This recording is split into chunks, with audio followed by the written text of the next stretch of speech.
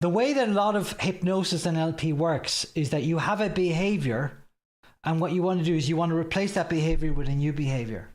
So the behavior might be, I smoke, and you say, what I want to do is I want to eat mince instead.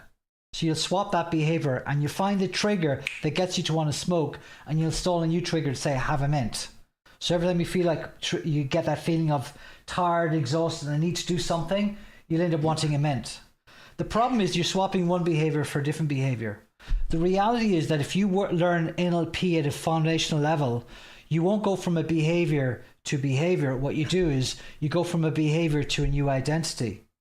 So what you have to do is you need to understand and persuade the person of what is the alternative to that behavior.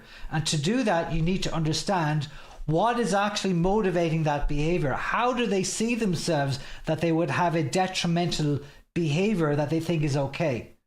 And that requires understanding a little bit behind what's going on. It's called their personal history. And understanding, well, if that's their personal history, they're probably not living out their best version of themselves. So if they're not living out their best version of themselves, can you figure out what their best version of themselves would look like?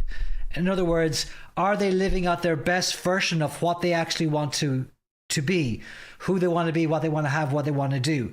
And if they could actually see themselves becoming that person and identify with that version of themselves, they can shift their identity. Say, instead of smoking, what I want to do is I want to be fit, healthy and strong in order to become the version I want to be.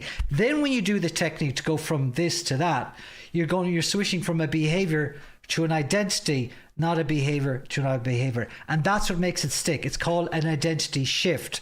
And when you make an identity shift, it sticks and lasts forever. And most people don't teach that in NLP, and I do.